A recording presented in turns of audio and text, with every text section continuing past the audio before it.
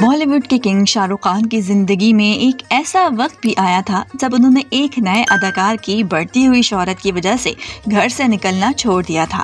سال 2000 میں جب فلم کہو نہ پیار ہے ریلیز ہوئی تو پوری فلم انڈسٹری میں رتک روشن کا نام گونجنے لگا۔ ایک فلم نے اداکار کو راتوں رات شہرت کی بلندیوں پر پہنچا دیا تھا۔ یوں رتک روشن کو راتوں رات شہرت کی بلندیوں کو چھوتے ہوئے دیکھ کر شاہ رخ خان کو کافی پریشانی ہوئی۔ اس حوالے سے بھارتی میڈیا کی ایک رپورٹ کے مطابق رتک روشن کی فلم کی کامیابی سے شاہ رخ خان کی فلم پھر بھی دل ہے ہندوستانی اور عامر خان کی فلم میلا کافی پیچھے رہ گئی تھی۔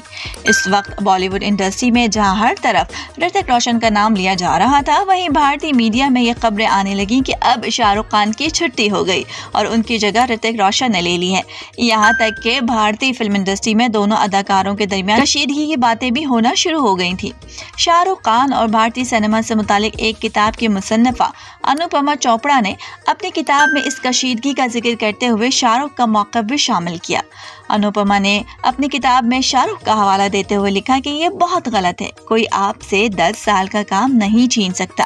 یوں میں ایک صبح اٹھ کر آپ اچانک مجھ پہ یہ کہہ سکیں کہ آپ کا دور ختم ہو گیا، آپ کی عمر زیادہ ہو گئی یا آپ اب زیادہ اچھے اداکار نہیں ہیں۔ انہوں نے مزید کہا کہ کوئی مجھ سے پوچھ نہ لے کہ میرا رتک روشن کے بارے میں کیا خیال ہے، یہ بڑی شرم والی بات تھی۔ اسی دوران دونوں اداکاروں نے سپر ہٹ فلم کبھی خوشی کبھی غم میں ایک ساتھ کام کیا، لیکن بھارتی میڈیا کی رپورٹس کے مطابق شاہ رخ خان فلم کی شوٹنگ کے دوران بھی رتک روشن سے ناخوش اور فاصلے پر ہی نظر آتے تھے۔ اس حوالے سے فلم کبھی خوشی کبھی غم کے ہدایت کار کرن جوہر نے اپنی کتاب میں لکھا ہے کہ میڈیا کی منفی خبروں کی وجہ سے فلم کبھی خوشی کبھی غم کے سیٹ پر شاہ رخ خان رتک روشن سے دور رہے۔ انہوں نے لکھا کہ یہ شاہ رخ خان کے ساتھ ناانصافی تھی کیونکہ رتک روشن بہت جونیئر تھے جبکہ شاہ رخ خان پہلے ہی بہت بڑے اسٹار تھے۔